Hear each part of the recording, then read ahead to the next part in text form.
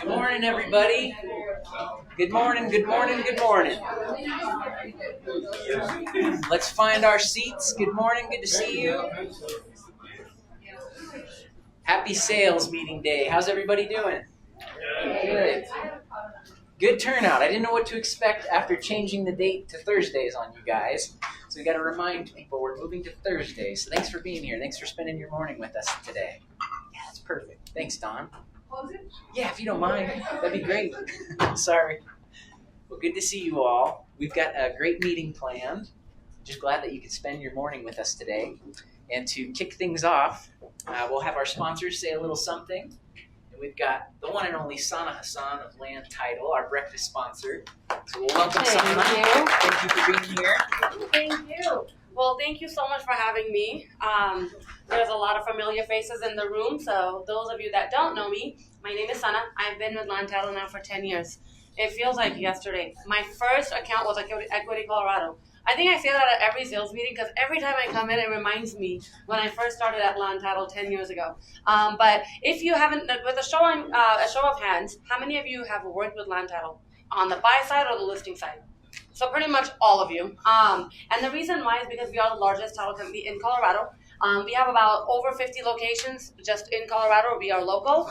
So if you have not had a chance to work with us on your listing side, we would love the opportunity. We have over 200 closers, so we will find the best fit for you.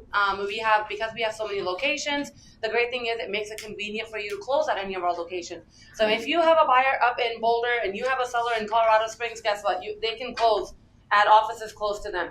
And so the convenience of working with Land Title is great because we are the largest, not because we wanted to be the largest, it's because we provide exceptional service. So if you have not worked with us, I am thrilled at the time that you do work with us because I know you're going to have a good time when you're working with Land. One of the things that I want to just kind of touch base on real quickly, and I think Paul is going to go into more details later in his meeting, but what I was passing out is what I am doing a one-page title talk on a monthly basis.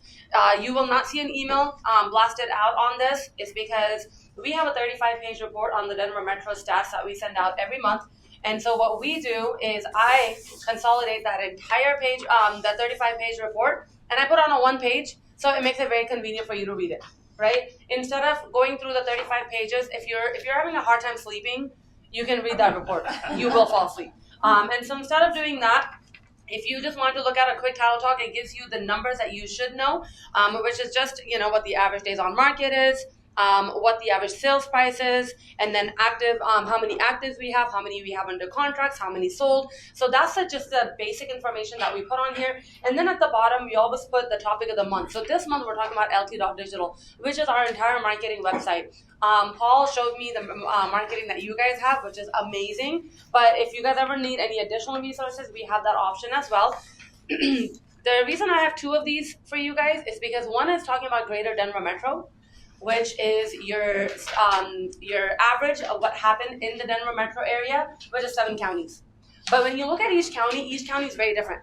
So if you look at Arapahoe, it's different than what happened in Denver County. So for example, if you look at Denver, the Greater Denver Metro, the average sales price is $770, and in Arapahoe, it happens to be $772, right? That's the average sales price. But if you look at Denver County, we're sitting at almost $1 million. So it's very different when you're looking at each county. Boulder is over $1 million, right? We have our, Jefferson County or Douglas County, they're sitting at $857. So it's very different when you're looking at county. If you wanted to look at a specific county because you have a buyer or a seller that's looking in that area, I'm happy to give you those local numbers as well. And then I do want to just kind of wrap it up by saying we are very familiar with the way that your guys' wiring works, especially the commission. So we have it in our system. So if you don't have that, when you're working with Land Title, even if you're on the buy side, we have what we call the customer preference. I went in and I put in for every equity agent, if you're tied to equity, your wiring instructions are in our internal portal. So when they pull you up, they should have exactly how you guys get paid. If that's ever an issue, my information is at the bottom right here. Please give me a call or send me an email. Because one thing that I am committed to doing is making sure that your experience at Land Title is flawless. So, do you have any questions? Awesome. Thank you. Yes. I just want to give you a shout out for your new role Well, thank you. Did you announce? Yeah, so I am now the lead sales for the entire Southeast. So I have all of down Southeast. So now I am in Castle Rock, Castle Pines, Parker, Aurora, Lone Tree, parts of DTC and Greenwood Village. And so I am coaching salespeople as well. And it's because of people like you. You guys just trust me, and now I'm able to train other salespeople. So thank you, Paul. Well deserved. Thank you. Thank you. Sana is awesome. She's one of the title reps that is actually providing a ton of value, and I'm going to expand on that later in the meeting. So thanks again, Sana. Thank you. Yeah. All right, our next breakfast sponsors. They're putting out fires with a loan, I can tell. We've got Brianna, Collette, and Amir, Razi, our in-house lenders with Own Home Loans. Our second breakfast sponsor. So thank you, guys. Thank you. Thank you. Sorry, how are we going to? Oh, yeah. Do you want to go right now? Or? Yeah. I was okay. Sure. Yeah. You just unplug it.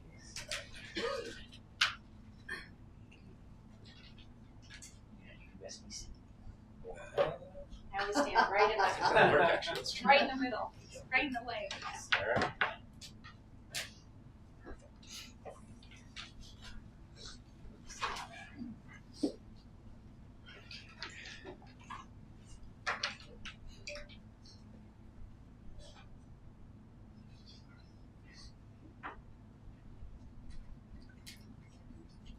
Right.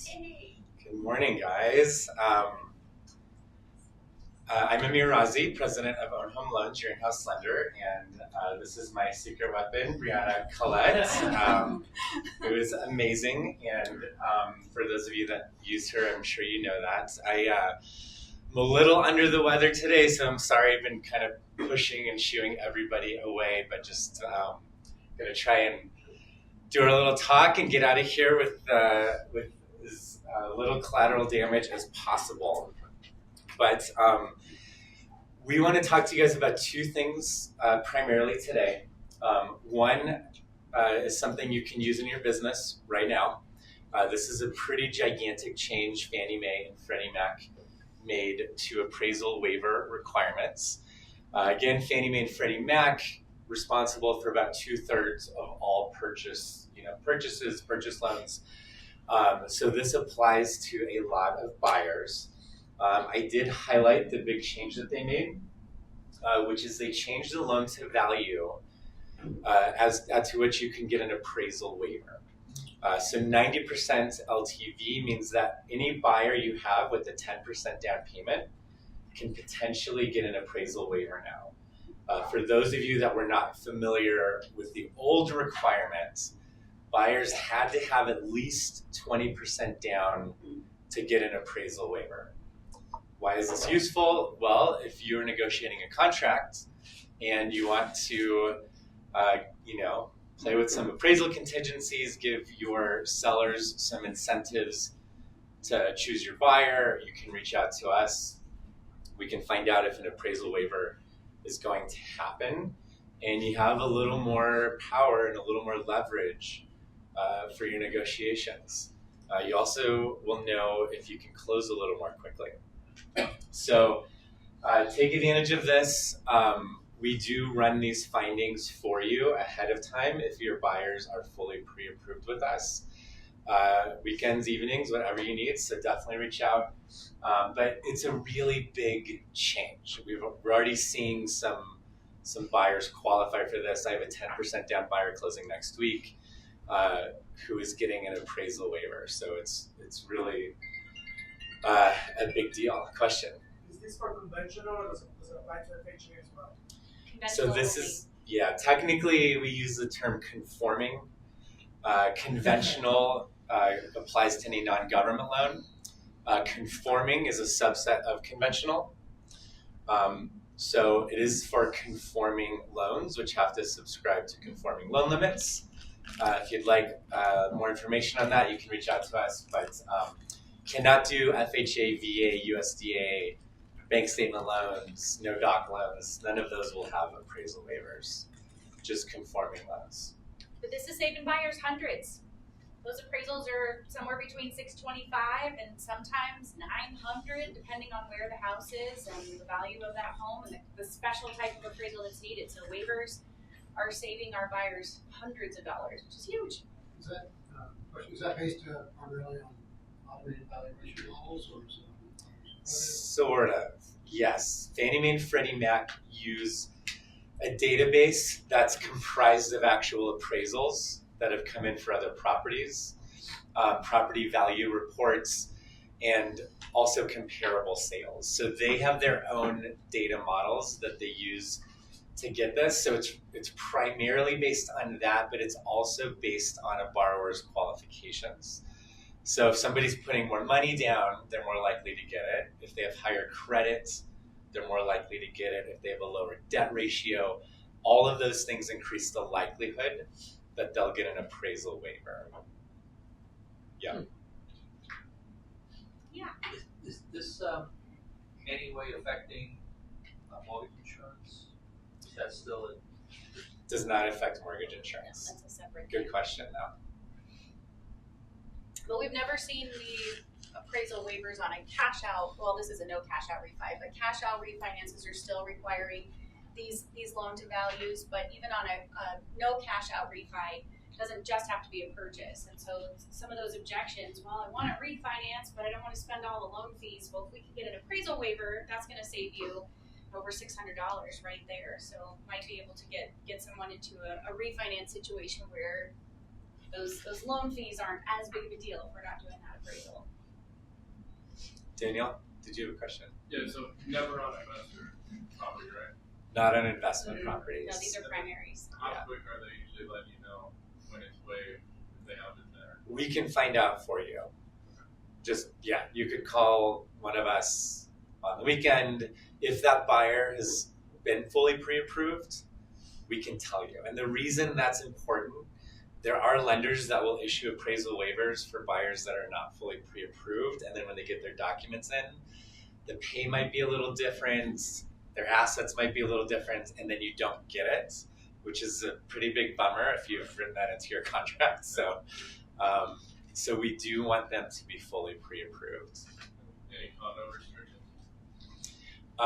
Not necessarily. You don't see them as often on condos, and condos also go through their own review process, so they're a little trickier, but you can get an appraisal waiver on a condo.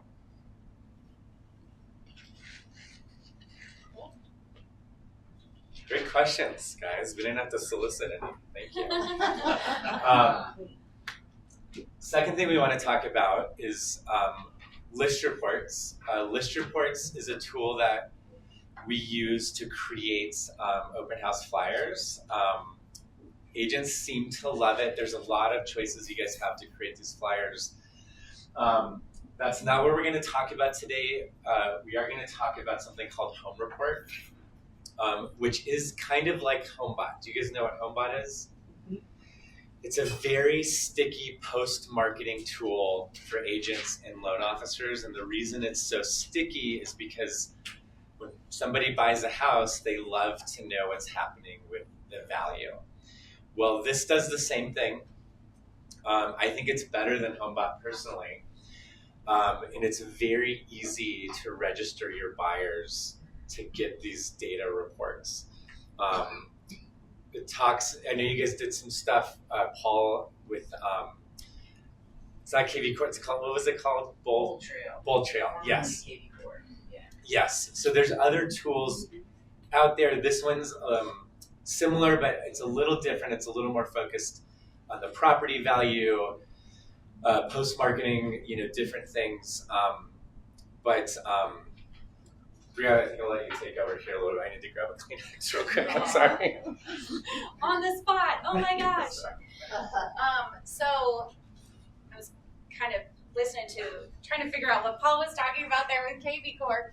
Home Report, it's a really comprehensive report that they're going to get in their email box every month, and it's going to show their estimated value, the equity that's in there, It even gives some suggestions on what they might be able to do with their equity. Requires some setup on the front end when we're setting up this client. We'll put in some details about the loan, what they bought the home for, what their rate was, and then it makes some suggestions to the client in terms of what they might be able to do with some of these benefits that they have.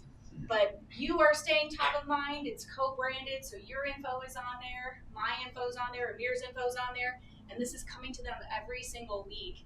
And we can set this up for anybody, even if it's an existing client that we didn't get to work with. We're happy to put their information in for you guys so that they're receiving these, or if it's a potential buyer, or potential seller, a potential listing for you where they're just kind of keeping an eye on the market. Maybe this is a good idea to also stay top of mind for someone that's considering listing, and they can watch how things are moving in their neighborhood and around them with similar homes.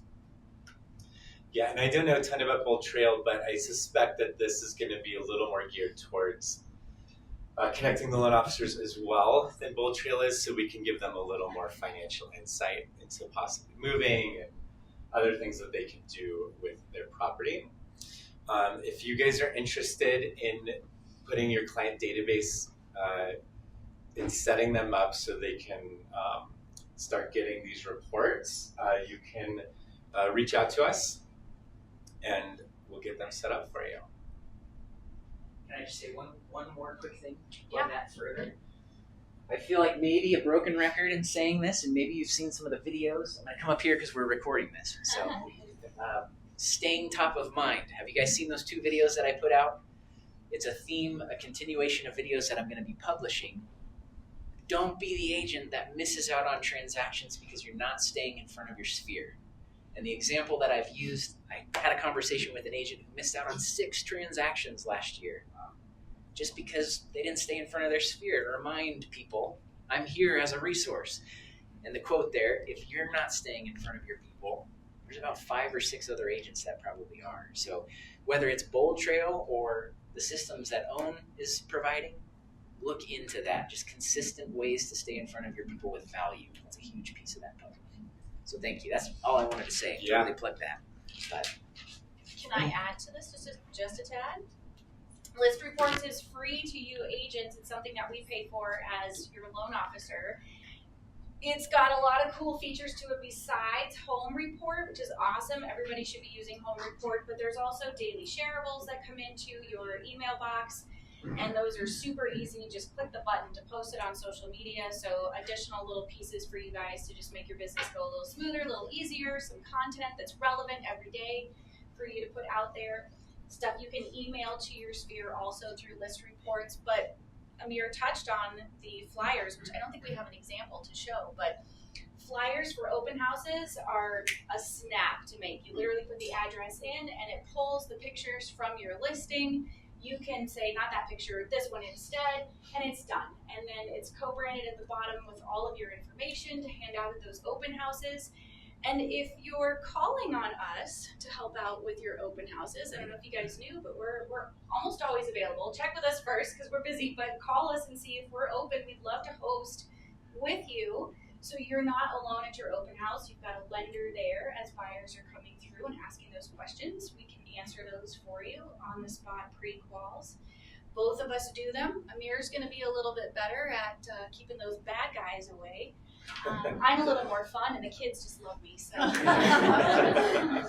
but we come with a whole package for you guys, and I just wanted to show real quick. We've got these great little OWN bags, and we bring water, sparkling. Still, we'll bring all the snacks. Put them on a nice little tray for you, kind of similar to what we've got going on over here, with some snacks to set on the candle or on the candle on the counter.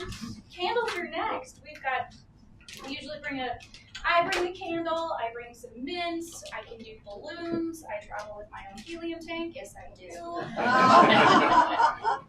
We even have open house signs. There's one out there in the lobby. I ran out of time, I didn't bring the other ones in here, but if you guys need extra open house signs, we've even got those. And it's got equity and OWN right there with a QR code where someone can just snap it with their phone and start working on their loan application. So if you guys need assistance with those open houses, don't hesitate to give us a call. We'd be happy to host with you. Yeah. Phil and Missy, did you guys have a question? No, I just was going back to the last thing that you had on the home report. So if we were to put something together for you to add in clients, what do you need? Just names, emails, and Yeah, addresses? so if you have been using us, we pretty much do it for you, which is actually one of the biggest advantages, because a lot of agents don't take the initiative to go and fill out these simple things sometimes. So we do that automatically. If you're already on list reports, maybe not using us, maybe kind of using us, depending on the client,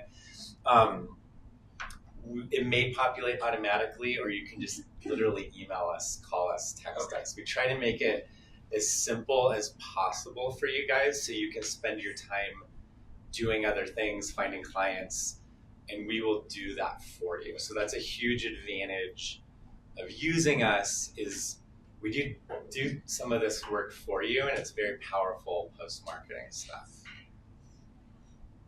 Any questions, you guys? Anybody need a notebook? All right. Thank you guys. Thanks. You're All welcome. right, well, yeah, thank you. Appreciate it. You're welcome. Feel better. Thank you. All right, guys, we're going to jump a little bit out of order today, but our next guest speaker, I'm really excited who has joined us. Let me just get this going back again. Here with you guys. Okay, so one of the biggest benefits of our board of realtors, obviously they allow us to use this great resource room. There's so many benefits. One of the people that I love hearing from the most, sorry, Allie, is Nick Bokone. And I know you guys know Nick Bokone. He's our public affairs consultant for SMDRA. He's going to be filling us in with a lot of the higher level legislative updates, things that are happening in our industry that need to be on our radar. It's important to look ahead and see what's happening, and I can't wait to introduce you to Nick. And Nick, thanks so much for being here. Absolutely, Paul. Thank you. Nick stepped out of his board of directors meeting for us today, so let's make him feel right at home. Public affairs consultant sounds a lot like lobbyist. It's got a very negative connotation these days. However, I want you to know that your association is working hard for you. Hey, Greg, as these discussions are happening at the association. Am I all right here? As these discussions are happening at the Capitol or at City Hall or in D.C. right now, and Lord knows they're having lots of discussions in D.C., your association, whether it be SMDRA, CAR, or NAR, or if some of you might be even DMAR members, our job is to make sure the realtor point of view is being discussed and that we're protecting you, your business, and your clients and consumers and their interests in all this. And I'll tell you, they've got some wacky ideas right now, that is for sure. So I won't take a lot of your time.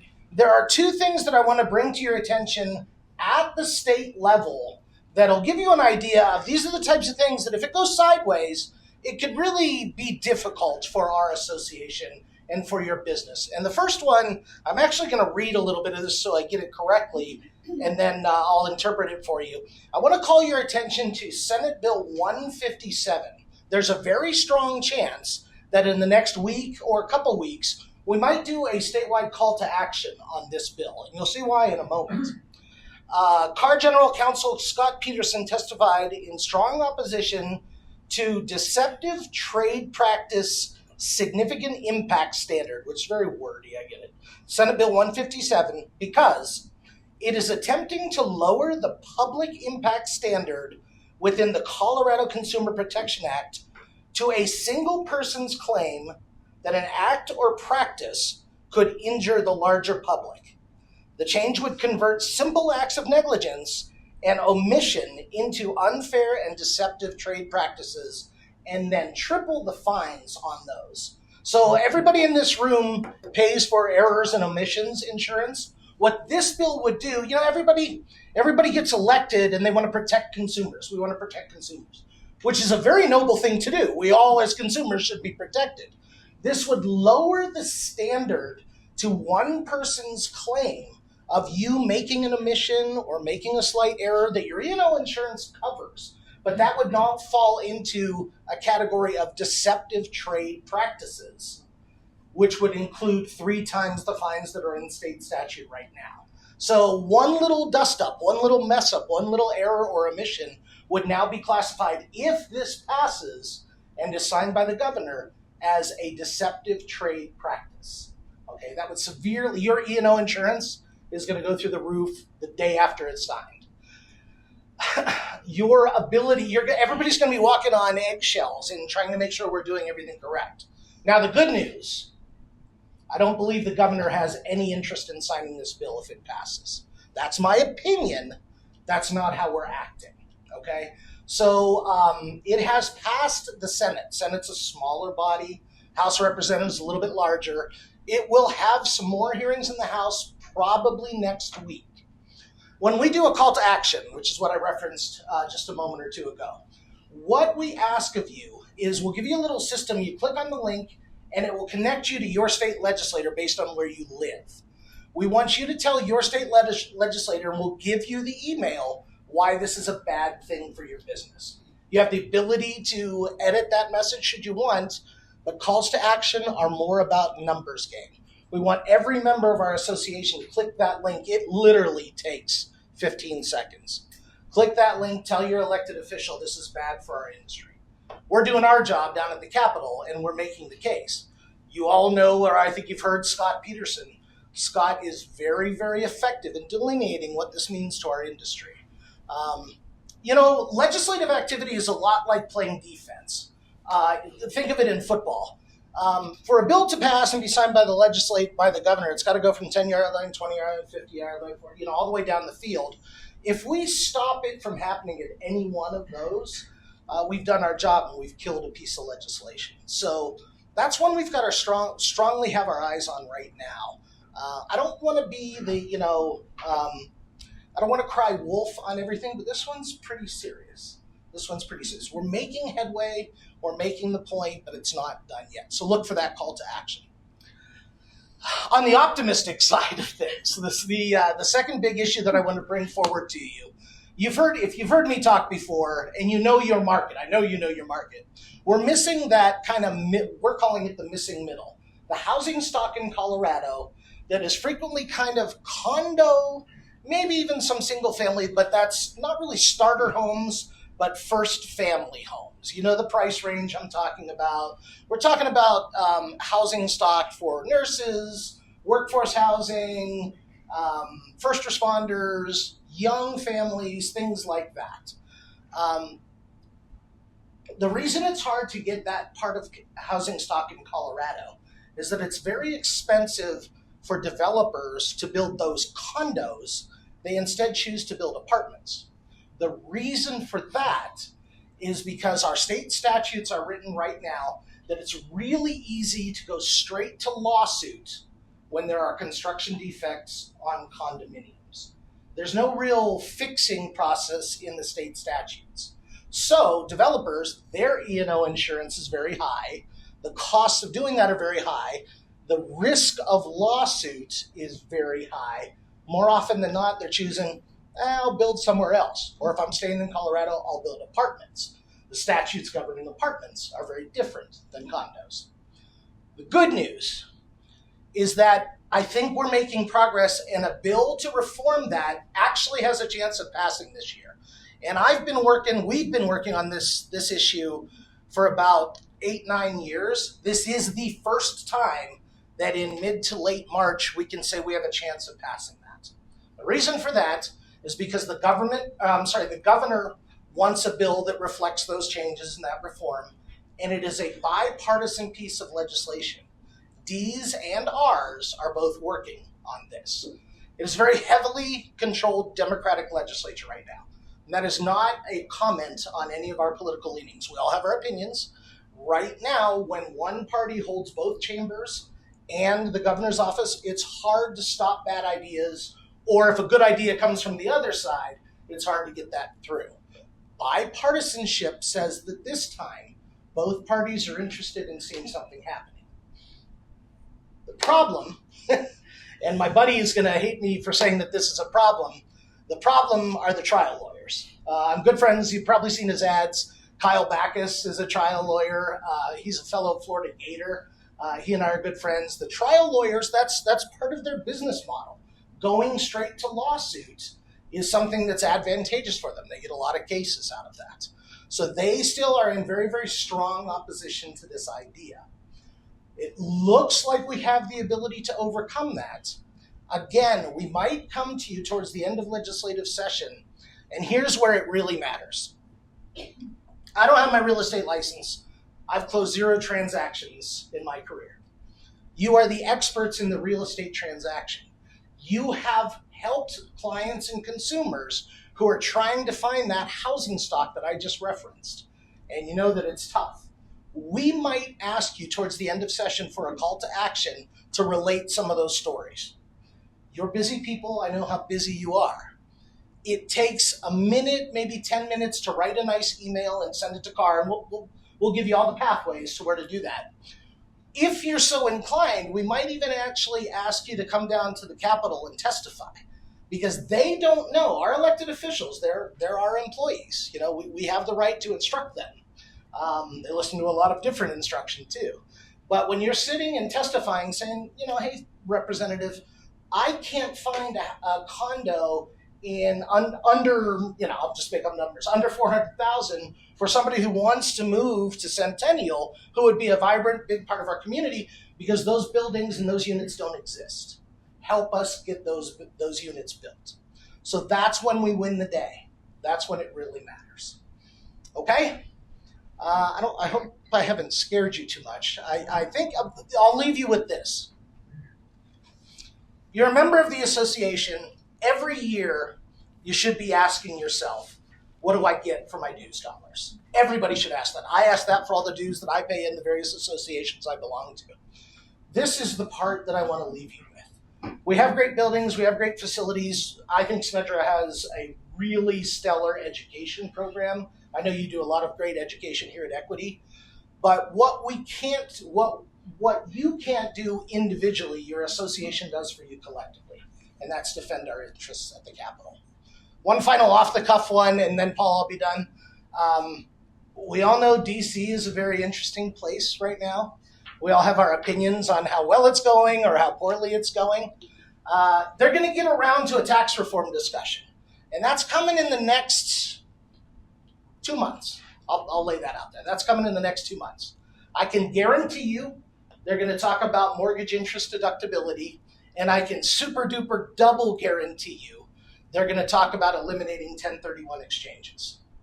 There are those in Washington that believe a 1031 exchange is a vehicle for rich people to cheat taxes. Now, I'm summarizing and I'm paraphrasing a little bit, but I can tell you that that is on the table. NAR, we all have our questions about NAR and what they do for us. NAR is the one carrying the flag for how frequently our normal customers, our everyday customers, are using 1031s to get out of a bad property and into a good property, or whatever it might be. So, NAR, state level, and here at SMDRA, where we're talking to city councils and county commissions. Your association's doing what we can to have your back. It is not easy, but we're doing our best. Is there a question? I do have a question. Yep. I won't be able to talk Sure. about it today because I know there's no time. But insurance and roofing Yeah. fires, it's become a very big deal, and it's losing us deals. And Yeah. we can't get our homeowners into homes. And so what are we doing for that? You're gonna. It's hard to believe the thing I'm gonna say next. We have a state insurance commissioner who doesn't believe that affordability and availability of insurance is a problem in Colorado. Now, right. Have them call me. I know. So we've actually made a little bit of headway into this. I think, and insurance is a very big topic. You know that. Cars on this issue. The state has created a third-party underwriting, the FAIR Insurance Act, to be available for homeowners who lose insurance or get dropped by their carriers. And I know that's not exactly what you're asking. It's a complex issue. The other states that have used an underwriting vehicle and become an insurer of last resort have found that within a year or so, that insurance company underwritten by tax dollars becomes the largest insurer in the state. It happened in Florida. It happened in, I forget where else it happened. But it gives insurance companies more cover to drop risky policies. I cut down a tree on my property in Conifer. I was afraid to call my insurance company. I'm like, if I even pick up the phone with them, they're going to drop. So I didn't tell you anything that you don't already know. I think CAR's working on it. It just hasn't had the attention of all the things going on in the state from our elected officials. We're doing what we can to bring it to their attention. So, all right, Paul. I think the world of you guys, of this office. Todd and Stacy are still great friends of mine. I still come to this guy for music recommendations. You got that all day long. We think the world of you, and I'll be here when you need us. Thank you so Okay? much, Nate. Thanks, guys. Thanks, buddy. So that's important. We all talk about the benefits of the Board of Realtors, the tangibles that we get, but we don't really think or dissect it enough to look at that higher level stuff, the things that they're protecting our industry in many, many levels. So I try to get Nick in here every once in a while it's heavy. It can be a lot sometimes, but we need to look up from our own world sometimes to see what our industry is doing. So thanks to Nick for being here. All right, guys, now we get to dive in. We're a little out of order here, so bear with me. I wanted to quickly share this quote. Our theme for 2025 is resilience. I thought this one was a really nice one to kick off our meeting. Successful people demonstrate their resilience through their dedication to making progress every day, even if that progress is marginal. I just love that. The fact that you guys are here, and you could be anywhere on your Thursday morning. You're here at the meetings, learning from Nick Bokone, learning from Amir and Brianna, and that's true resilience. I'm just really proud of you guys, and I know there are so many success stories within our company that we're going to kind of branch to here in a little bit, but resilience. We're going to keep that theme going throughout 2025. So quickly, I know there's a couple new agents who have joined us. If you've joined Equity recently, if this is your first sales meeting, because I know there's a couple people in here, I'll just quickly say we changed the schedule from Wednesday to Thursday, and as a result, we get to see some new faces, because I know a lot of people can't make it on Wednesdays. So if you could help me out with reminding your friends, your colleagues within Equity that the sales meetings are on Thursdays going forward. But if this is your first sales meeting as an agent, whether you're brand new or maybe this is the first meeting you've attended, please stand and I'll give you your Equity E lapel pin to welcome you to the group.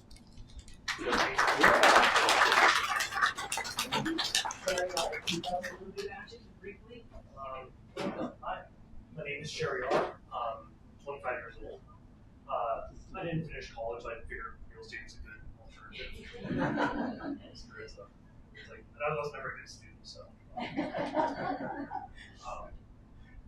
Growing up as a kid, I always liked, so for my hobbies, I always liked playing video games and watching sports, mainly hockey and a huge Avs fan. So I'm hoping they wouldn't understand none of this sport. Die-hard Avs fan, that's what I'm practicing. Right.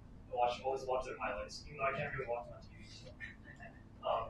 And my favorite movie of all time is Lord of the Rings. Lord of the Rings. I recently started reading the books, so I only read like one chapter every month. I'm very slow to read, but yeah, that's about it for me. And I'm very happy to be here. Very nervous but excited. Glad to have you. So yeah. And tell us real quick, who's your dad? My dad is Mo Chowdhury. He's also a real estate broker with Equity Colorado. He's been our real estate broker for 11 years, I believe. So.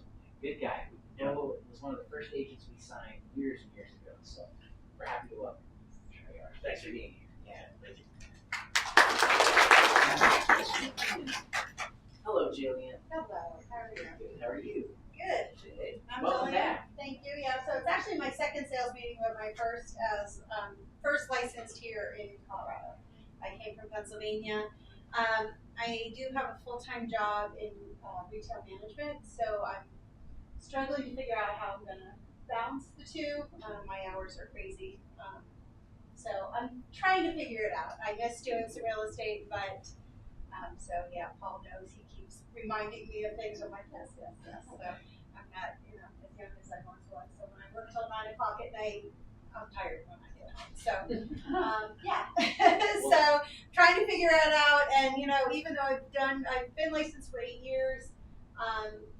Just I have to keep. And I was in a small town where our average price of home was less than $400,000. So it's a very different market. And just hearing okay, what is that that I was used to in Pennsylvania, what is that here, and trying to just kind of make those similarities. So, yeah, that's me and what I'm doing. Well, you're doing the right things by being in the meetings. Yeah, Good job. I have to. And I hate to put someone on the spot. Can you do something very briefly? Ray Anderson. My name is Ray Anderson. I've been with Equity for 8 years, and this is my first sales meeting because the schedule was always on. Thank you so much for being here. Here's a nice Ray's so funny. She closes deals all the time, and it just happens with the schedule. So we're trying to switch things up this year and meet some Well, I new have to faces. say Thursday's my day off, so Yeah? it works. All right. You hear that, everybody online? So we are recording these meetings, so you'll see them in the recap. But anybody else that I missed? New to equity out there? All right. Great. Okay, guys, I just want to quickly, here's a picture of some of the other agents who have joined us who couldn't be here today. Courtney Lease, Ginger Cawley, John Griffith, we've got Jillian, and Shariar there. So welcome, everybody. And thank you for your referrals. I always have this quick little section where I thank you for your referrals. So I just want to quickly say, we've got Diana Bartlett. She referred Jillian. Thank you, Diana. Jillian, of course, joined. Mo Chowdhury, Shariar's dad, referred his son, Shariar. And then Katie Markman referred Ashley Knutson, which I think will be joining us here in the very, very near future. So thank you. And then Courtney Lease referred Ginger Cawley. I wanted to take a second to just tell you guys about a recruiting contest that they're putting out there. And I normally don't love recruiting contests because it just feels funny to say, we'll give you a bunch of money to recruit people. But when I saw that you guys as agents can earn up to $2,500 by referring people, I thought that'd be pretty neat. So as I've mentioned, our company has grown primarily by referrals. So if you guys refer an agent to equity and they join, that's one entry into this raffle. And that goes through June 1st. So if one of those agents joins, it's a ticket into the raffle. The more referrals, obviously, the better chances you have. But prizes range from $1,000 all the way up to $2,500. I thought that was pretty cool. For lenders too, Paul. Yeah? Yeah, is it for lenders? Oh, is it for lenders? I'll see what I can do. I'll post some strings. But I don't say that for, we're going to give you some money to refer people. It's just, a nice thank you for referring great people because that's primarily how we've grown as a company. So your referrals are so appreciated. So thank you. All right, and then real quick, I just have loved hearing your guys' success stories. So I wanted to take a couple minutes and good news and success stories. If there's anything that you'd like to share, a win, whether personal or in your business, it's so fun for you guys to have the opportunity to hear those success stories on what's happening out there. Diana. My story is outdated. It was almost 9 months ago, but I never shared it. I'm going to share it. Good. So I had a seller who was moving out of state back to California, and they've only been in their house for 4 years. So it was a new build. Long story short, when the buyers had the inspection done, the sewer line going out the front yard had a dent in it. And I was able to get the original builder to cover the repair of that sewer line. Nice. That would have been $14,000 if they would have had to have somebody dig it up because it was 15 feet under. Oof. So anyhow, the builder, I got to cover it, saved my sellers a bunch of money. And then on top of that, their shingles on their roof, according to the inspector, and then we had a roof inspector come and look at it too, needed to be replaced. Yeah. Well, I went and helped my sellers submit for a Tamco shingle warranty claim, which was covered. All right. Yeah, so a long story short, success in reaching out and helping my sellers save money. That's great. Those are great stories. I feel like, where's Pete? Did Pete take off? He stepped out. Pete had a listing and he had an inspection objection that was 70 items long. Oh my God. So when we hear stories like that, we need to hear some of the positives that are happening too. So I wish, hopefully Pete steps back in. I do see his water there. He can tell us a little bit more about that. There he is. But any other stories or anything you want to share with the group? Could be personal, could be business. Okay, I can tell a story. Let's hear it, Tamila. So, about 5 years ago, I had a client, and I helped her investor. I helped her to find like 5 properties off market. I was just calling certain companies and asking like, do you want to sell it? I know someone who's looking. So everything was perfect. She became my friend, and then she hired a crew to do remodeling, and they screwed up something, and she told me it's my fault, it's my investor fault, because we didn't do a great inspection. So 5 years from now, she called me and she's asking me to sell her 2 of them, you know. I'm like, you told me I'm such a terrible my inspector is so bad. He's still calling me because you're being kind of the best. No, good story. That's good. Back to that subject of staying top of mind. You never know who's out there watching your posts on Facebook. They might not interact, but they're watching you. And it's so important to look at everything that you're doing with that angle that you never know who's watching and keeping tabs that might come back into play 2 or 3 years, 5 years later. Thanks for sharing that. Yeah, I was always like still sending Christmas cards, still sending text messages. She never replied like I don't exist. Yeah. That's a lesson right there. Even if you don't get the reactions, you have to stay consistent. You have to just keep doing those things. David. Yeah, I just wanted to share a success story I got. One of my first-time home buyers locked into the new construction community for 3.99 interest rates on it. Woo. So get Nice. familiar with the new constructions, and they do the best deals of the first quarter. So they're throwing out the best deals there to close the first quarter. So being familiar with the new construction Great options. processes and salespeople there will help us a lot with getting our clients the best deals. And how are the commissions? Are they paying you well? This one's Richmond. This one paid 2%, so not Okay. as well as I would like to, but at least. Yeah. That's twice the. That's more than some. Oh, really? Actually, I received yesterday a phone call from Richmond. Outside 2%, they offered 3% bonus. Yep. But not 3%, 3,000 bonus. Okay. Oh. Good. Good. So they're very competitive. Okay. Good. Yeah, I'm seeing a mix. Pete, did you have something you wanted? Thanks for sharing that, David. Real quick, I had a son-in-law and my daughter. He had a heart transplant last year, so we had to wait for 2 years to sell their townhome. But it's neat because put it on the market. It had one showing, had a contract in 6 days, and it closes next week. But out of that, I'm going to get another listing because all these I had realtors call and say, "What did you do?" Like I've had 39 showings and I haven't had one contract. So it's just I don't know. Bless you, God just really did a miracle there, and so I'll probably get another listing because their neighbor wants to sell. That's great, Pete. Yeah. And while you were out, I mentioned your lengthy inspection objection that you received 60, 70 items. Oh yeah, that's great.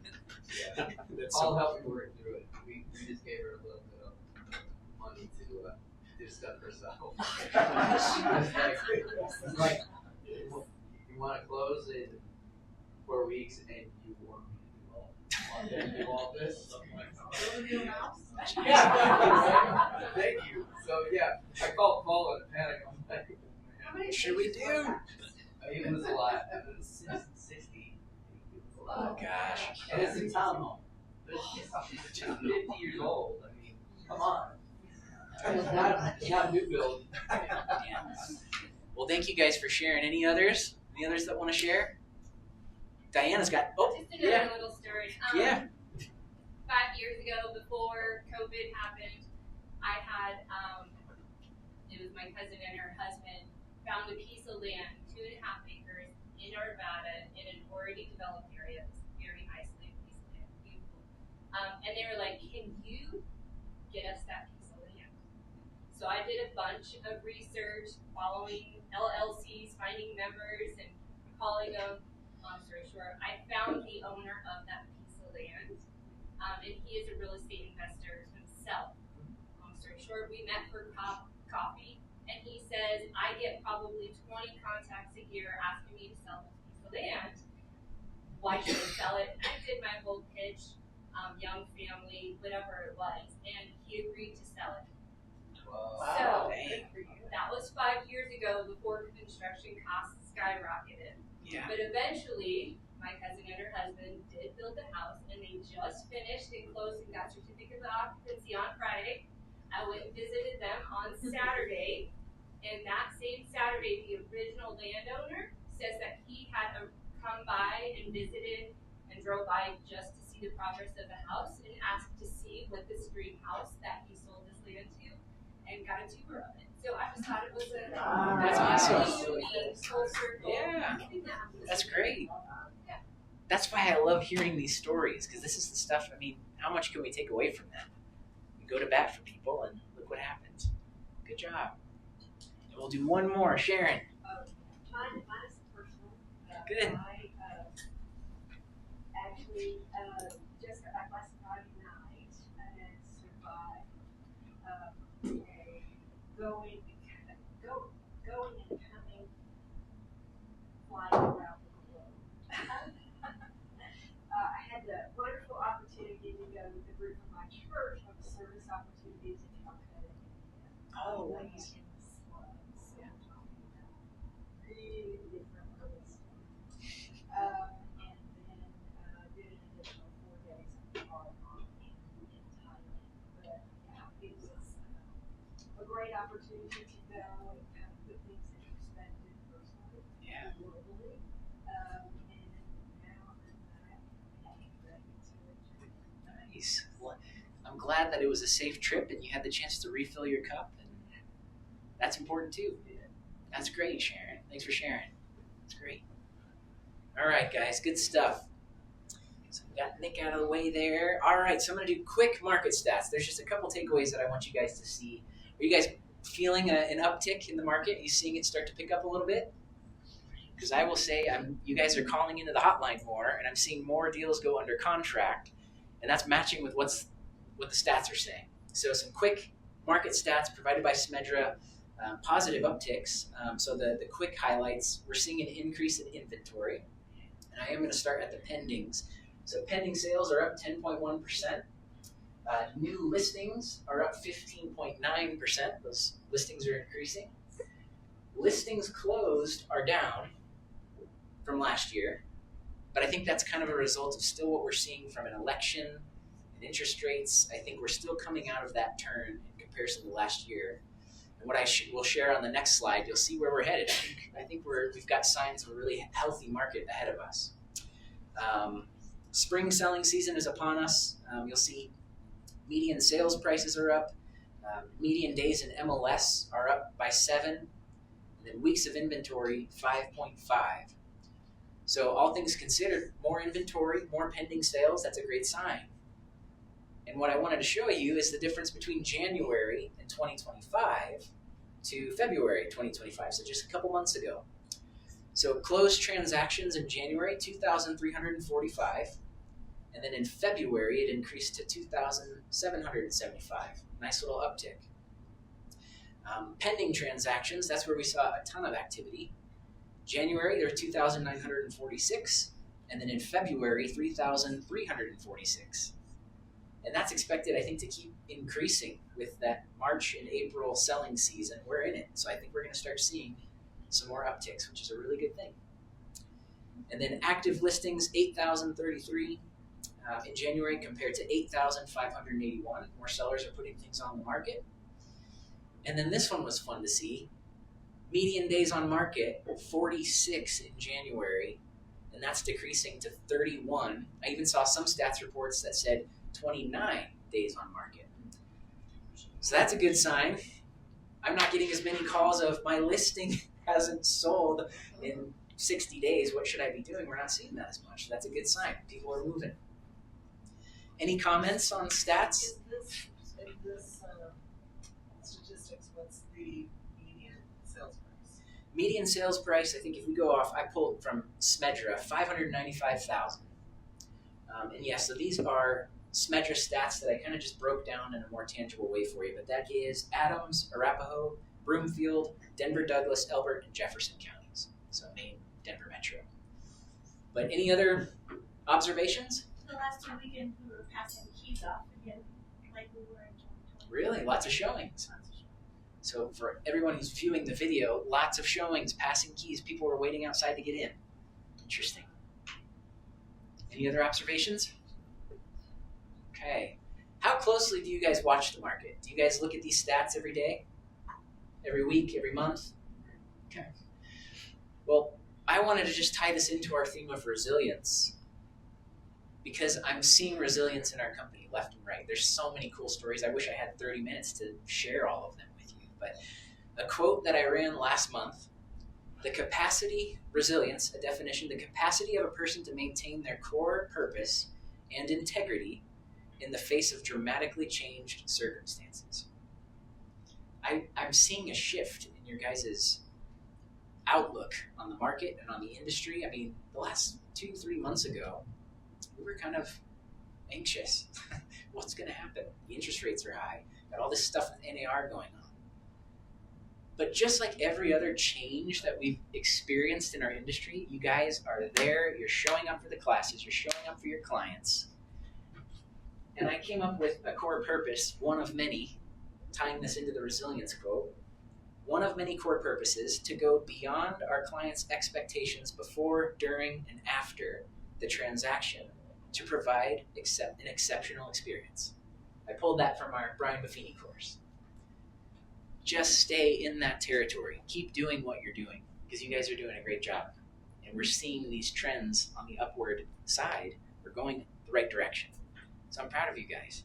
I just wanted to tie that into resilience.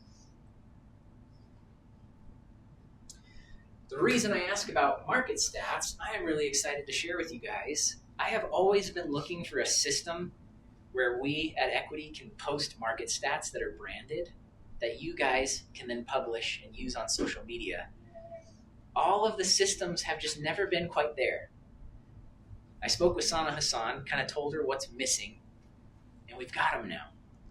So every month, around the 15th to the 18th, we've got a campaign. You can follow us on our public Facebook pages, and we're going to post these really cool branded stats that you guys can then download and share. It's got all the Equity branding on it. Write your own market overview, and this is a consistent system that you're going to see. So Facebook, our public page, or on Instagram. And this is just an example of what they look like. I'm really excited about that. It seems like such a simple thing, but behind the scenes to get this was very difficult. So there you go, guys. Have it. Coming out. So you'll see this exact post this afternoon. It's the first thing that Ali and I are going to do when we get back. We just got this yesterday in hopes to plug it at this meeting. Paul, yeah. Are these also on YouTube? These market stats? Yeah, or like people post videos about these kind of things? Yeah, so this video right here is being recorded, and then, yes, I'm really working on some videos, which is another thing that I'll talk to you guys about. Market stats, and then business building, and that kind of stuff. So, does everybody follow our Facebook public page? It's confusing between the public page and the group, so I just wanted to specify. All right. Well, good. All right, guys, moving right along. Buyer and seller dialogue resources. I'm really excited about this topic, but before we get into it, I want to congratulate our first graduating class of the Brian Buffini Certified Full Service Professional class that we taught. Through the reason I bring this up into this conversation of buyer and seller dialogues, this is an amazing class. And to be honest, I wasn't sure what to expect because it was a 5-week course and it's not nearly as extensive as some of the other Buffini courses. But as a result of this, we kind of enhanced the standard curriculum for that CFSP course because the standard dialogues were just okay. Is that what you guys would say? I'm looking at David, Don, Allie was in the course. So we bulked them up. But I wanted to quickly ask, and if you guys are comfortable sharing, can you give us your 2 cents about the CFSP course and what you got from it? Just maybe one takeaway. Not to put you on the spot, but this was, yeah, any of you. We've got Don, David, and I just will tell you, this is high-level stuff about customer experience.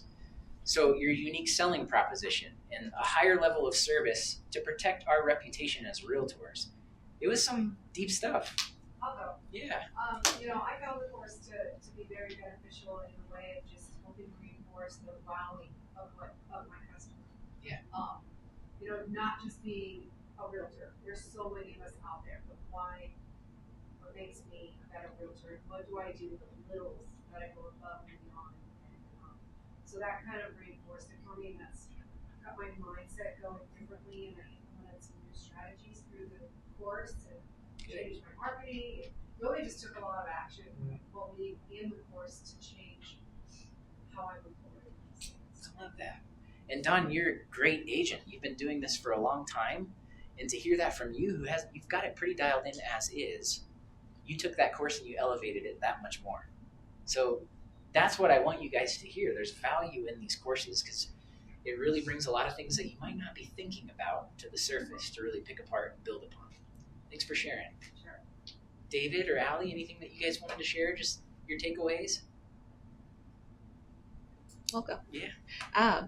I had never taken a Buffini course before, but I kind of know about like what he does for everything with the pop pies and the note cards and all the personalized things for your clients. But I really liked about staying on top of your client's mind even after the transaction, because that's where I have fallen off a lot, is that you just get so busy and you don't follow up, and then they go to sell and they use someone else. And so that was something that was focused on a lot that I took a lot away from, and just good ideas of how to personalize things and just make things special for each individual person. Because one thing he said was one size fits one, which I kind of liked. So tailoring everything that you do to like that specific client, even after the deal is over. And so I thought it was really helpful. Thank you, Allie. It's a great takeaway from that course. Yeah. Yeah, I want to say the same thing. I think it's the small things like reaching out as clients and making those calls, having those conversations. The client testimony I shared earlier was from a call that I made a couple weeks before during the Buffini course. Yeah. To my client, and then a couple weeks later, I have the son calling, hey, you help my dad, I'm ready to purchase. And I call him to my office, and then 2 weeks later, I'm paying on the contract. So the system does work, and I mean, it's stuff that we should already be doing, but I think it's huge to reinforce that, to know that there is power in our communication, in our outreach. And a lot of times, me as an agent, I spend a lot of money thinking of marketing ideas and working, but it's really going to the core of it. There's our databases, it's probably start there, and there's a lot. I love that. And I won't hammer it too much, but I just want you to hear the value of it. I mean, Dominique, you were in there too. And many agents had these big breakthrough moments in that course. And I'm talking like the good stuff, as in I'm going into a listing presentation and I'm a little nervous because this is kind of a high-end client, and I have to stick to my value. I have to hold the line and speak with integrity. And I wish Andrew MacArthur were here to share that story. But he had a very difficult listing presentation, but as he applied all these things that we spoke about, he applied it to the listing presentation, knowing who you are and the services you bring to the table. And he walked away from that listing presentation going, oh my gosh, I don't know if I'm going to get it. And we've all had that. Well, he got the call 2 days later, he got the listing. And it was because of these conversations we were having in this course and the customer service experience. So the last thing I'll say is take it, whether it's with equity or not. You can take it online. You'll get so much from it, and it's quick. It's only 5 modules. You can knock it out in a week. So thank you, guys, for sharing. Round of applause for our CFSP graduates. That was really fun. And I know there's probably 5 to 10 other agents in our office who have taken it online, too. So shout out to John Holm, Crystal Adams, because I know they're going to be watching on the video. So let me know if you take it. We'll send you all of our supplemental resources that we created in that course as well. But now, for the fun part, dialogues. So through the NAR settlement and those practice changes, we've covered a lot of ground. So last handful of sales meetings, we talked about contract changes, compensation changes, how to handle who pays, how we set up our contracts. So as we continue to kind of find our bearings with this new normal, obviously you guys have found your bearings. We've already closed, I think, over 200 transactions just in this first quarter. So that shows you guys are getting through it. But the one thing we were missing are some dialogues. And I think by a show of hands, anybody willing to admit that these conversations are a little bit different now and it's You kind of have an idea of what to say when you're talking to a buyer and to a seller, but you're still just feeling maybe a little uneasy? No, you're good. We don't even need to talk about dialogues. Well, everybody has different feelings, and the goal with this is I wanted you guys to have something tangible as a base of reference. When you're talking to a buyer, when you're talking to a seller, here's what you can say to articulate your value, yet stay in line with the NAR practices to make sure you're doing things correctly. So what we've done, we've added a new dialogue section to the how-tos. And there's buyer-side dialogues, seller-side dialogues, and a little document on articulating your value. And I did want to take some time to review some of these dialogues and get your guys' feedback, because I think you'll see just how powerful some of this stuff is. Are you pretty happy to hear this? Is this something that you guys think you might be excited to use? You're like, let's see it first, Paul. Let's see if it's stuff that I'd actually say. So I won't take too much time, but we'll just go through some of these just so you can start a conversation. So I think starting with the seller side objection dialogues, and this is based around compensation. I hear compensation in a real estate transaction is now negotiable. Is that true? Anybody heard that question out there? Yeah. The response, compensation has always been negotiable and will continue to be negotiable in the future. An agent's compensation fee varies based on the services they offer, and I can't wait to show you what separates me from the others. When we have time to coordinate a formal appointment, I'll cover not only the real estate compensation, but all of the expenses that come along with selling a home. If it's okay with you, we can talk about that, as it can be an intricate conversation. The goal is to get them to sit down with you so you can show them your true professionalism. So many agents right now are just, I need deals so bad. I'm just going to go show homes and write an offer. Don't do that. People are watching us so closely. We need to up our game and show people that we are true professionals. Because what happened? Over the last handful of months, consumers and the media, they just pulled our whole industry down and kicked us in the dirt. So now it's time to stand up and show, no. We are leading the dance and we're worth every fee, every penny that we charge. So, feedback on that first one. Anything that you guys would add to that? Dominic? When all this happened last year, I remember a client of mine who I put to a couple of different houses. We were talking about it, and he said to me, "We've always negotiated." And all of a sudden, the conversation turns into, "This is really nothing new." Yeah. And it just made the rest of the conversation go a lot easier. Yeah. But it was my client who, I thought so, but he said, "Well, you've always negotiated." Yeah. And you have to be prepared for some kind of understand it and some don't. Yeah. And you have to have the conversation. You have to. Don't just avoid it. And I know you guys aren't, but great point. Some people understand. And it's a point where you can evolve and talk about your systems and what you do. Then let's go on and let's go look at houses. But let's get away from this. Yeah. This is another important one. What does a buyer's agent do? It's important to talk about this in your listing presentations, because when you go to sell that home and then you guys go help your seller buy a new house, you're going to be in that side of things as well. So stand up for your other agents out there. And some quick dialogues. The response. The buyer's agent brings a bigger pool of qualified buyers to a home and reduces the numbers of those who are just looking. They negotiate the price and terms of the sale and usually encourage the buyer to make a fair and strong offer so the seller's time isn't wasted. They'll also explain to the buyer the different stages of the sale and help expedite the entire process, ensuring that the deal doesn't fall through and that it closes on time. In addition to what we're doing on the listing side, there can be up to 100 tasks on the buyer's side of the transaction alone. If we want to have confidence that the offer you accept will close, it really helps if the buyer is represented by a professional. So you kind of see where we're going with that. We want a buyer's agent most of the time, but at the same time, we have to explain to our sellers it's their right to choose whether they're paying a commission to a buyer's agent or not. And you have to give them the pros and cons. And that's an easy way to lead into that conversation. So that leads us to this one. Okay, I understand what a buyer's agent does, but why do I need to pay them? Can't the buyer pay their own agent? I think the buyer side dialogues are going to be even more important, so we're going to get to those in a second. Do you guys have a general response for that? I'll give you mine, and then we can share. Or Daniel. I don't have one for you, but yeah. In correlation to this, I did receive a call a couple weeks ago with a lender that I've used a couple times in the past and referred business to as well too. He asked me, I didn't know how to pitch the value of a buyer's agent. Yeah. So I'm checking with them to see if they know how to pitch it as well. But yeah, no idea.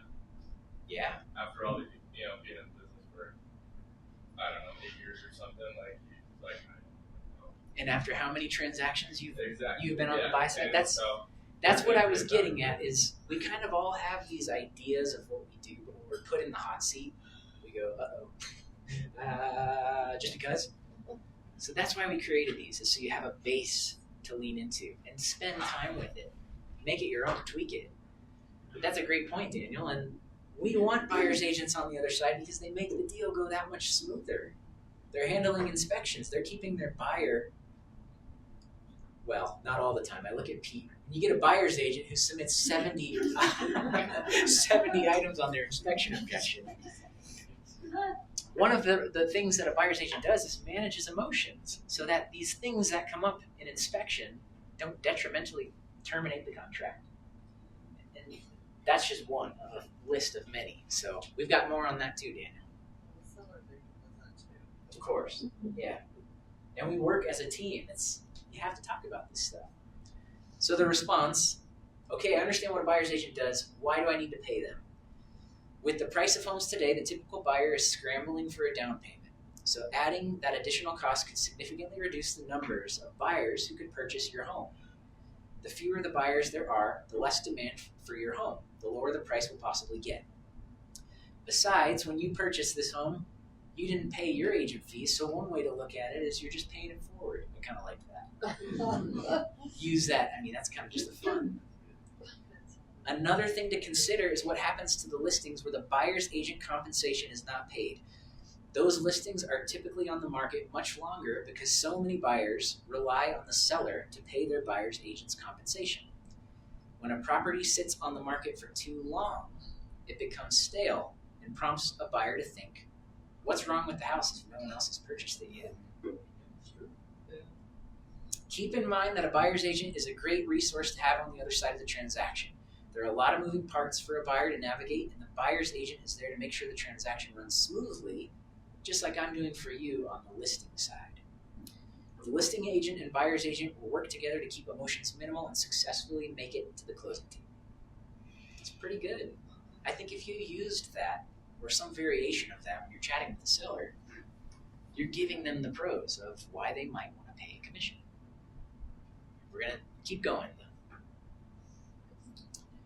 Let's see, I've heard there have been some changes to the compensation in the real estate industry, but I'm not really sure how it all works. Yes, there have been a lot of changes to how business works state by state. Historically, listing agents negotiated a commission with the seller, then offered the buyer's agent a commission through the MLS. I don't think we need to spend too much time on this one. It just talks about MLS. We don't promote compensation in the MLS anymore. Yeah. One thing I will say, since the compensation is no longer advertised in the MLS, it's one more term that is negotiated in the offer. As we begin receiving offers, I will negotiate with the buyer's agent so we have an idea of how much compensation you'll pay to the buyer's agent, if any. When you're on the list side, it's important that you do articulate that it's the seller's choice. If you get a seller that says, I don't want to pay a buyer's agent, that's their choice. Have you encountered that yet? Yeah.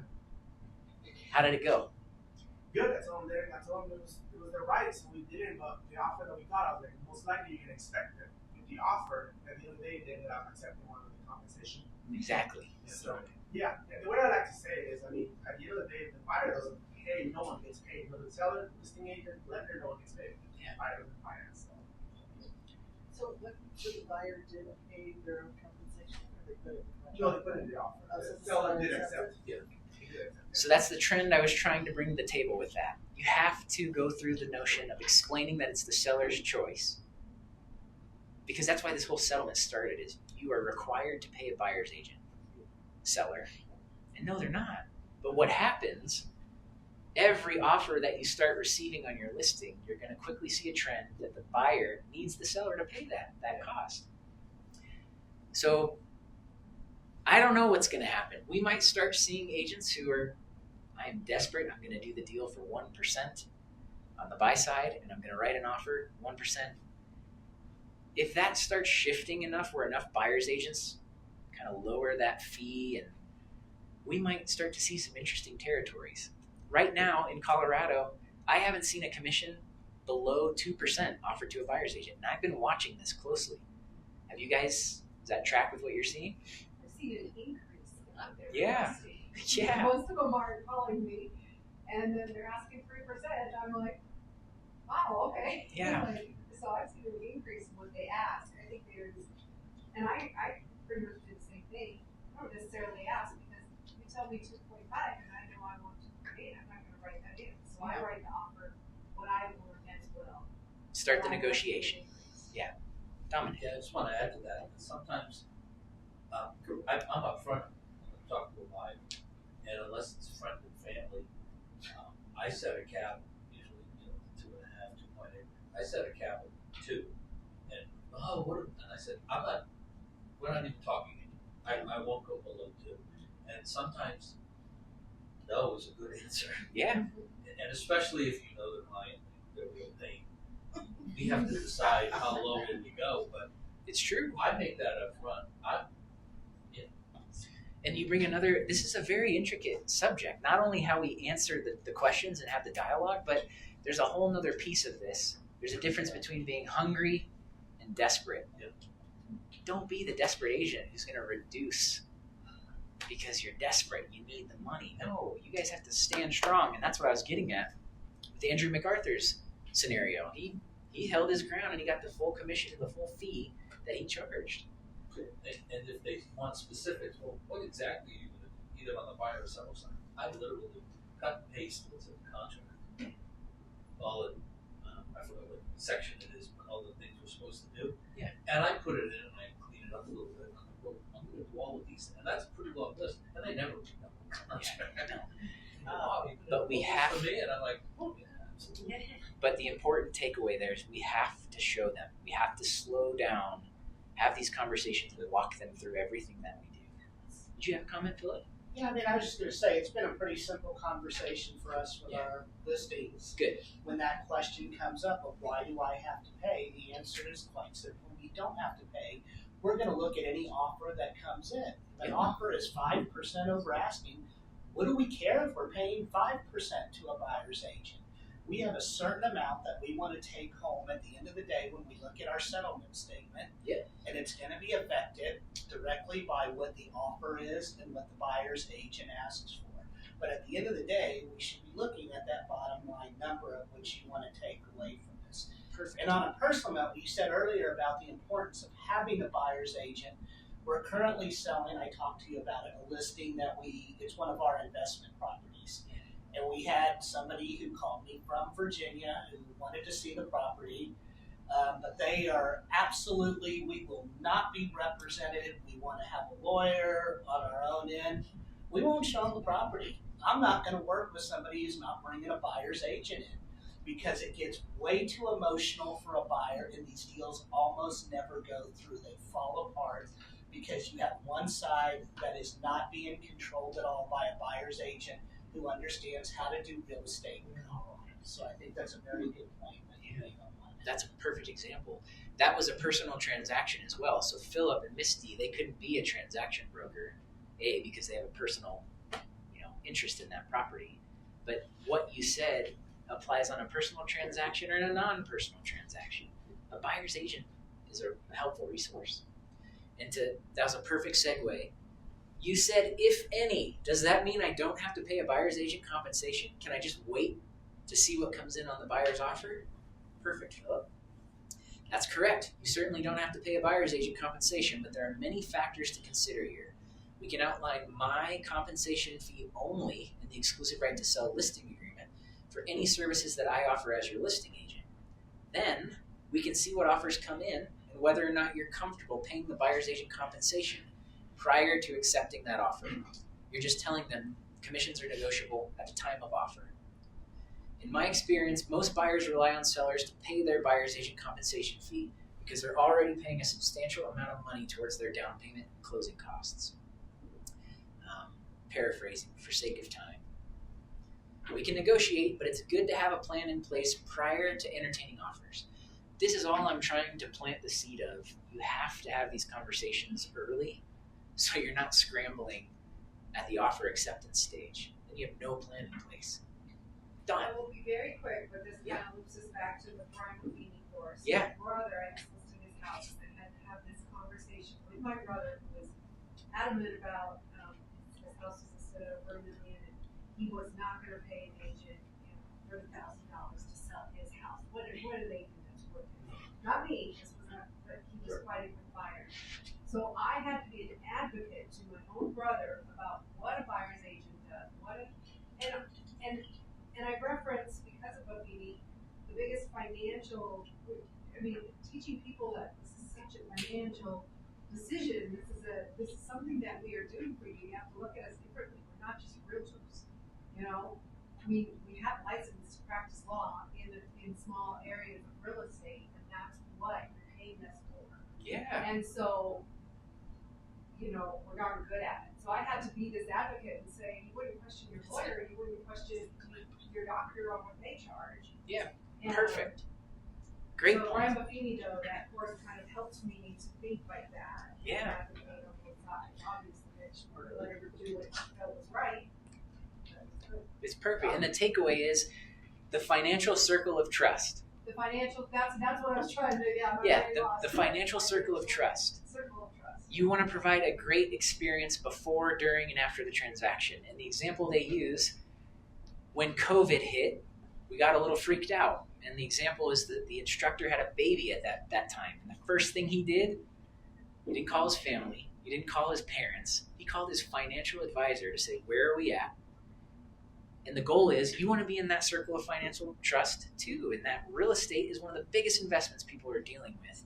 And if you can have that same relationship as a financial advisor with your clients, where they include you in these big life changes, that is just a little extrapolation of why we charge what we do and the services we should bring to the table.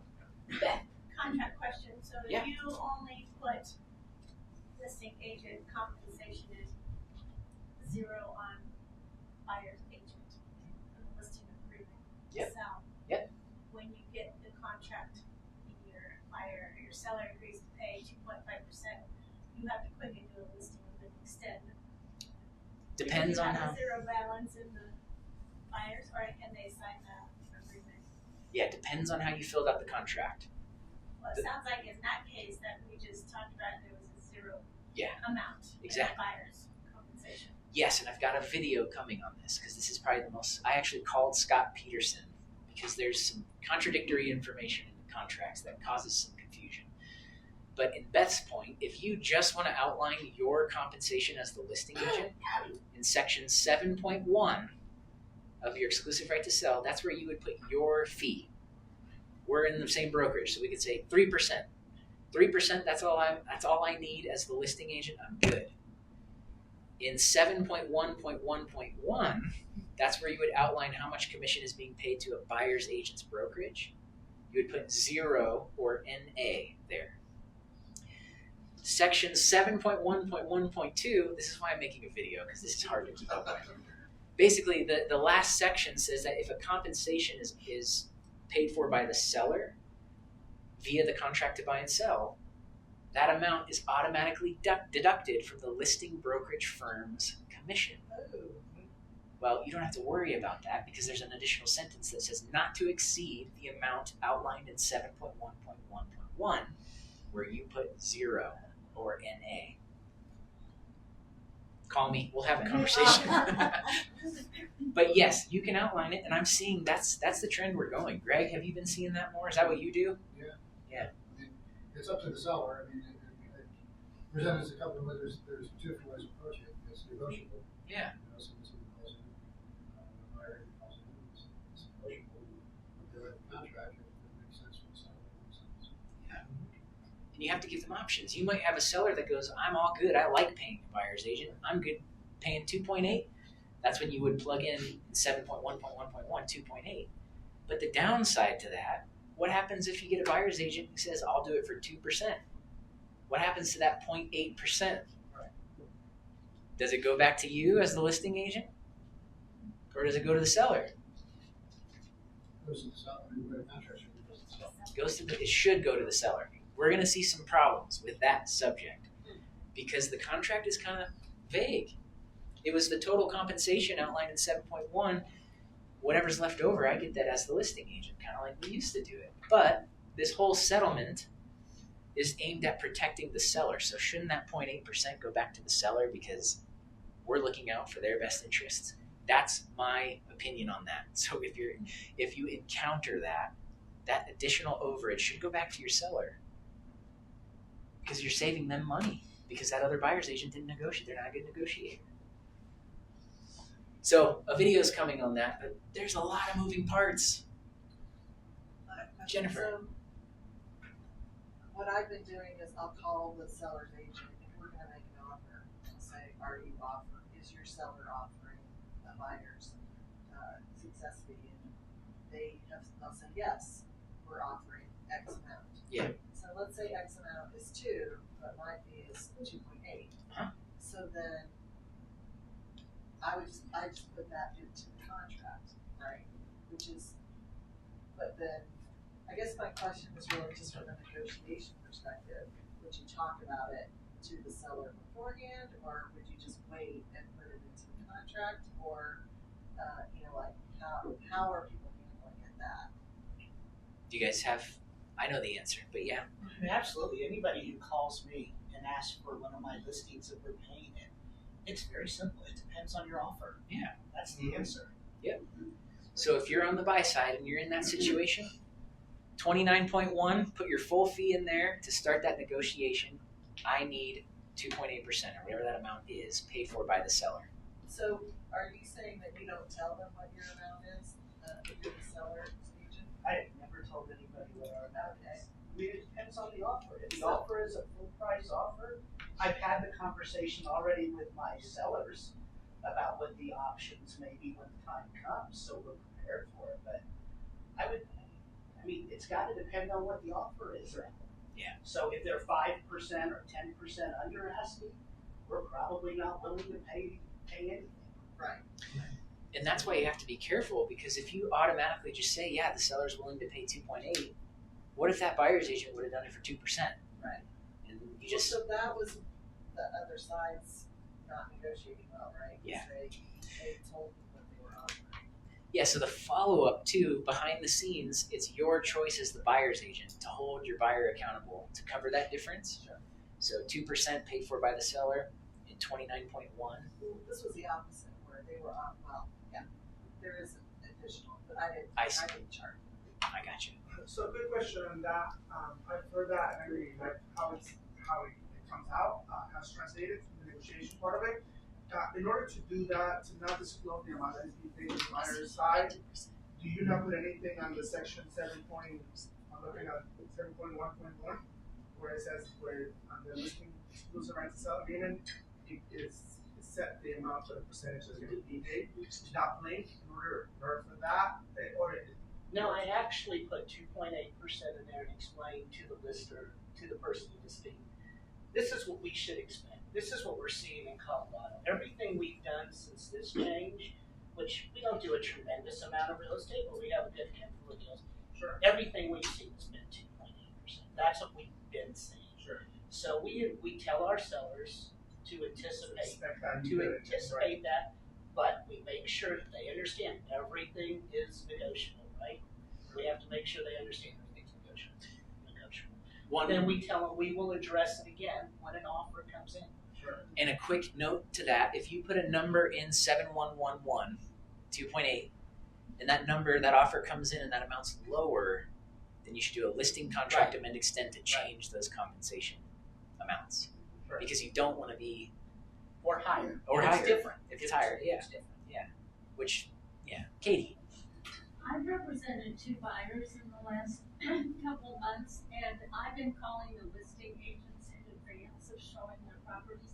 And my experience is different in that the listing agents I've talked to, and there have been quite a few of them, have been forthcoming about what their seller is paying. And usually, and maybe it's just the properties I'm showing, but more often than not, it's 2.5, not 2.8. That's what I'm seeing. It's also not 2.0. So that's just my limited experience.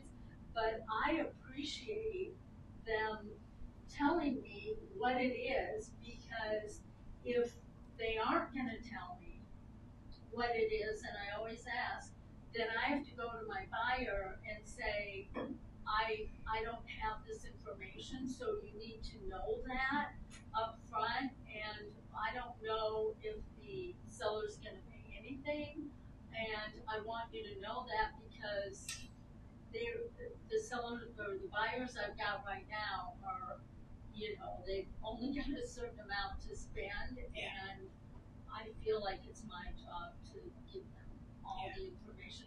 But the listing agents I'm talking to have been very upfront. Good, yeah. But can I ask a question? If it's 2.5, and now your buyers may have to pay you 0.3% because your fee, and let's just say that was your fee initially with them. If they have to pay some out of pocket, wouldn't you say their offer is probably going to be less to cover the difference in the fee? So when I talk to a seller, they're saying, I think we're being honest with sellers that if they don't anticipate paying anything, somebody mentioned their brother having a house that they didn't want to pay a buyer's agent. They don't have to, but their offer is probably going to be lower because the buyer has to take it out of their pocket. So I feel by going this route, telling people it depends on their offer, if I'm representing the seller, puts the seller in a better position to get a higher offer. So that's why I go that route. I could agree with that. I had the same, I called the agent and said, depends on your offer. So we sent the offer, and first reply, nothing even about the offer. Oh, by the way, the compensation is 2.5. I mean, what's the point? Yeah, if you've already decided. My client frustrated, we have to do the offer, and now it's about me, not even about the client. I'm just losing. If my client is paying 2.5 or 2.8, I'm just losing. That's why you have to be prepared for several different ways that this can go. It depends on the buyer agent they have on the other side, how experienced or not it is. You have to choose that. Trust your and let the seller decide at the end of the day, but we have all kinds of buyer agents. So buyers don't feel comfortable going and sending an offer not knowing if the compensation of the agent will be covered. Right, some don't, some do. Like I don't care, I have it. As long as the buyer just in case, if we don't know. Sure. Carol, did you have a question? It goes to that balancing act you're talking about, because as you know, our listing. Yeah. Remax agent is Carol, Tom, they came prepared. That's their listing they have in front of you. Yeah. You were saying? Let's have a party there. I got that extra contract from a Remax agent who's showing it at the end of the month for an out-of-town buyer and said, I must earn 2.8%. Yeah. But if they come in with a lower offer, we don't have to accept the offer. I mean, we can start over again and say, well, I don't know. Yeah. It gets back to the same balancing act. Right. It's a balancing negotiation. Yeah. I had an FHA buyer on that condo just a couple of weeks ago, and he got qualified for like both very different percent. So he didn't pay for it, but he did in financing. But that worked out. Yeah, good. We are over time, but this is an important conversation. Can we keep going with a couple more minutes? Because I want to go back to Katie's point. I want to just show you a couple on the buy side so you're prepared. So we talked about the listing side, setting it up for success. Now let's shift gears to the buy side. How will I pay your compensation fee on top of my down payment and other expenses? Have you guys heard this medical expense metaphor? I love this. Your response to that question, think of paying my fee like a medical insurance paying for a medical procedure. When you have a surgery, The goal is for the insurance to pay for most, if not all, of the cost of the procedure. In the event insurance only pays for a portion of the procedure, you are left to pay the remainder of the costs out of pocket. Isn't that good? Plus a deductible. Yeah, we don't need to get worried with the deductibles. Isn't that great? That's a good metaphor. The same can be said about my fee. I'm going to negotiate heavily with the seller and listing agent so that they pay most, if not all, of my fee from the seller's proceeds. In the event that the seller only pays a portion of my fee, we can assess and determine how much is left over for you to pay. This is a conversation I will have prior to writing an offer on a property, so we'll have a great idea of the costs prior to going under contract. In addition, it would be a great idea to have this conversation with your preferred lender. Bring the lender into the conversation early so you guys can come up with a plan.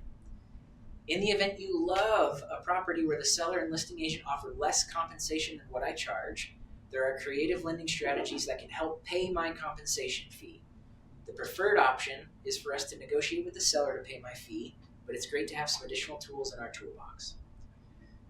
On the buy side, that conversation is so imperative because I don't want you to overlook that the buyer is responsible for paying your fee if the seller doesn't. Because right now, we're in a good territory where compensation is pretty good, 2.5, 3%. What if it changes to 1%? That's when you're going to have to go back to your buyer and say, they're only willing to pay me 1%, and I'm going to need you to pay that difference to bring me up to my fee of 2.8. They either decide that is something we can do, or, dang, we can't make it work with that house, on to the next. That's what happens. But you have to plant that seed so you don't get yourself into a problem later. Questions? Is that helpful? All right. For sake of time, we're not going to keep going with this, but there are some more great dialogues in Elevate. Spend some time with that. If you have questions or if you just want to practice with me, let me know. And I think the last thing we'll do, we're going to skip the announcements. We're going to skip Power Pros because Power Pros, there aren't any of our Power Pros here today. They're out selling. Are there any new and coming soon listings? Any listings or buyer needs that you guys want to share real quick? I have a listing coming up in Evergreen. Just opened today. I'll have an open house on Saturday. Brianna to come by, have snacks and food, and come see us. 760 lots of meat. Another one in Aurora too. Great. In Aurora. Nice. Congrats on the listing. That's great. Was it Carol and Tom? This is an amazing house. We're going to be here for a little while if you want to talk about it. Your questions aren't answered in here. And there's a rumor that we would pay 2.8 on a full price offer, but you never know. And is this your personal property or no? Yes. It is. Okay. Sorry. Perfect. Yeah. Thank you guys for sharing. Dawn, I saw your hand. Yeah, I have a new listing in Southeast Aurora in the neighborhood of Beacon Point. It is a beautiful Toll Brothers ranch. It's move-in ready. It's 3,700 square feet on the main level with the addition of a loft. So really neat, and then another 2,000 square feet unfinished in the basement. Oh wow, nice. Come show this house. Empty, please come see it. We've done 2 price drops. He really wanted to start high, but we did 2 price drops. We're priced at $935 right now. But it's a good one. In Beacon Point, in Southeast Aurora. My neighborhood. Oh, I think Jennifer, and then I saw Vera. Oh, okay. Thanks, Dawn. So I have 2 coming soon. One is my personal property up in the mountains. It's not in the mountains, it's in Boulder, and it's like right up above Boulder. So you can see the view of the Flatirons, you can see the view of the city, you can see all the way to Thomas Peak on a nice day. It's got a really unique architecture. It's 3-bedroom, 2-bath for 1.8. And then I have a small condo in Longmont coming up for it's like 1,500 square feet, 1 bedroom, 1 bath, like 300,000. Great. Congrats on the listings. Then Vera. I've got a great home in Castle Rock. It is near Castle Rock. All the homes in this neighborhood are on an acreage of a quarter acre to over 1 acre. And around the corner, you can peer down into Castlewood Canyon. It's amazing.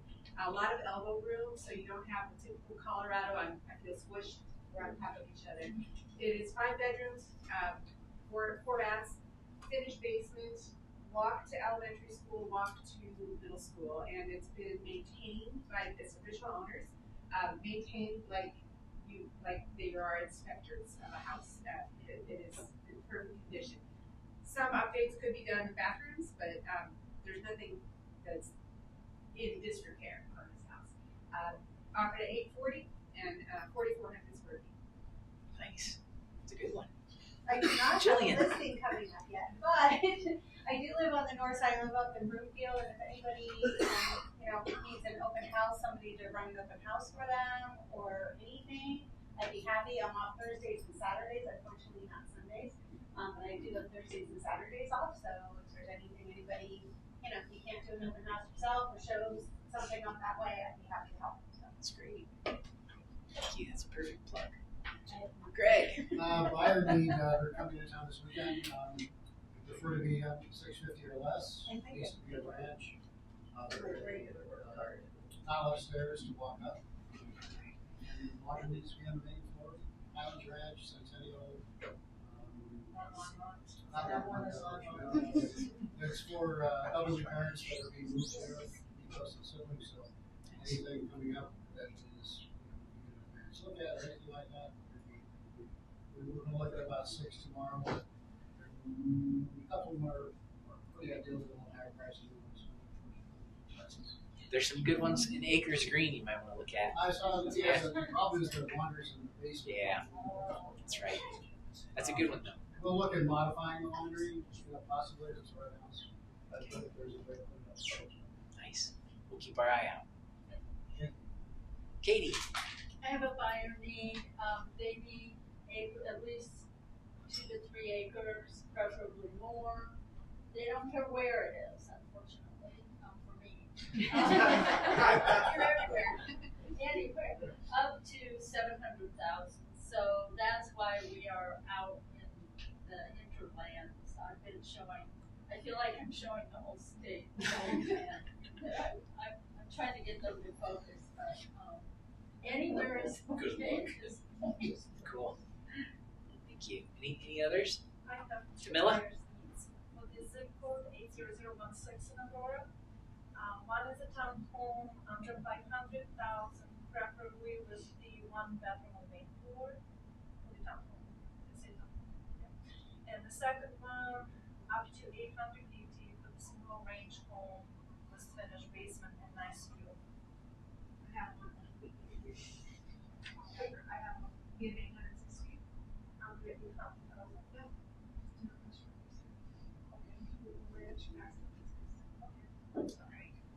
Good job, guys. Last thing I'm going to say quickly. New Frascona clauses and addendums are coming soon. They're pulling off all of those other Frascona clauses finally from CTM. So we purchased the package. It's just taken a little while to code it all into CTM.